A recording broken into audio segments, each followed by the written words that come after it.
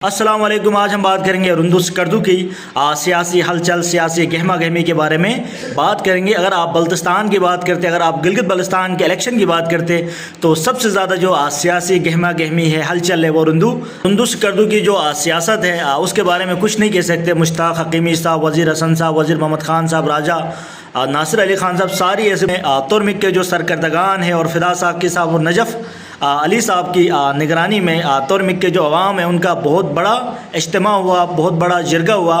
اس جرگے میں متفقہ طور پر فیصلہ کیا گیا کہ وہ وزیر حسن صاحب کو سپورٹ کریں گے اس الیکشن میں۔ وزیر حسن صاحب کے سامنے 3 بڑے مطالبات رکھے گئے۔ سب سے جو بڑا مطالبہ تھا ان کا ترمک روڈ کا تھا۔ ترمک روڈ کو سب سے پہلے ٹریکیبل بنائیں گے، اس کے بعد اس کو کارپیٹڈ کریں گے، اور دوسرا جو مطالبہ تھا ترمک کے جو اسکول ہے ان کو PC4 کیا جائے گا، اور نجف علی صاحب جو سوشل ورکر ہے، سیاسی ورکر ہے، ان کو بھی گورنمنٹ میں کسی خاص پوزیشن پہ رکھا جائے گا۔ تو ترمک کے عوام نے اپنے جو مفادات ہیں ان کو دیکھتے ہوئے یہ فیصلہ کیا ہے۔ ترمک کے جو باقی جو نوجوان ہیں، باقی جو باشعور لوگ ہیں، وہ کتنا متفق ہوتے ہیں اس جرگے سے، فدا ساقی صاحب سے، نجف علی صاحب سے۔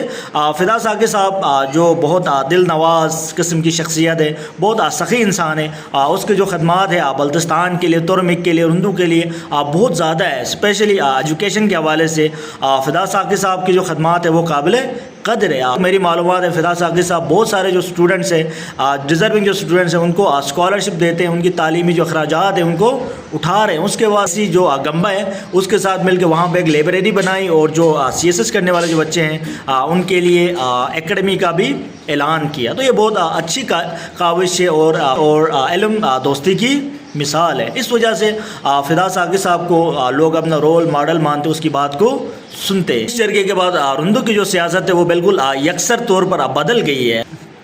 پہلے توقع کیا جا رہا تھا بہت کانڈیدار قسم کا مقابلہ، مشتاق حکیمی صاحب ہو گئے، وزیر محمد خان صاحب ہو گئے، وزیر حسن صاحب ہو گئے، راجہ ناصر علی خان صاحب ہو گئے، ان کے درمیان بہت ہی سخت قسم کا کانڈیدار مقابلہ متوقع کیا جا رہا تھا۔ اب راجہ ناصر علی خان صاحب جس نے اپنا جو سب سے بڑا ووٹ بینک تھا اس کو کھو دیا ہے۔ لاسٹ ٹائم ترمک کے جو عوام ہیں انہوں نے راجہ ناصر علی خان صاحب کے ساتھ اتحاد کیا تھا، اتفاق کیا تھا، اور ان کے سامنے بھی یہی کچھ مطالبات رکھے گئے تھے روڈ کا اور وہاں پہ جو اسکول ہے، لیکن راجہ ناصر علی خان صاحب کی طرف سے کوئی بھی ان کا جو مطالبہ ہے 100% پورا نہیں کیا۔ اور ترمک کے جو سادات ہیں ان کی طرف سے ایک جرگہ بلایا گیا تھا، وہاں پہ جا کے بھی جو ترمک کے نمائندگان اسپیشلی فدا ساقی صاحب، نجف علی صاحب اور جو باقی ان کے جو صحافی ہیں ان پہ تنقید کی، اور علماء پہ بھی کافی تنقید کی۔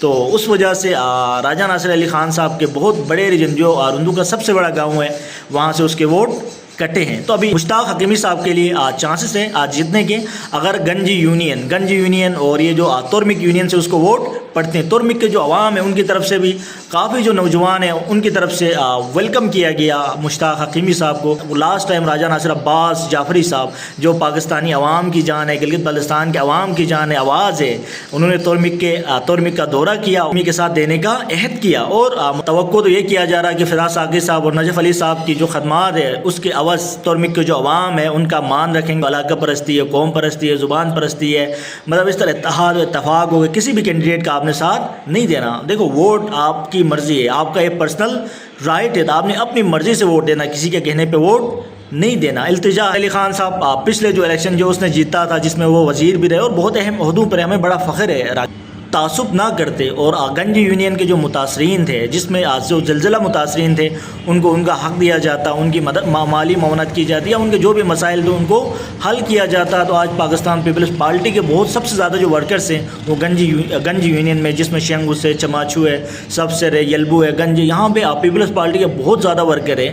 تلو میں بھی بہت زیادہ ورکرز ہیں۔ اگر راجہ ناصر علی خان صاحب پچھلے اپنے 5 سالہ دور میں ان کی اگر تھوڑی بھی خدمت کرتا، تھوڑی بھی ہیلپ کرتا، تو